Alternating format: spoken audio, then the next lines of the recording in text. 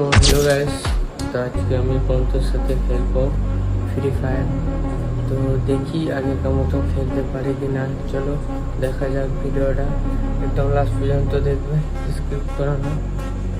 তো আমি চললাম বাইরের দিকে, তো তোমরা দেখবে নিশ্চয়ই, ভিডিওটা ভালো লাগবে।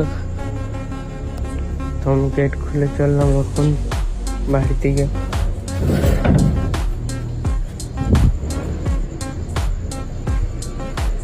তো আমার বন্ধুরা ওইখানে বসে আছে, তো আমি যাবো এখন ওইদিকে।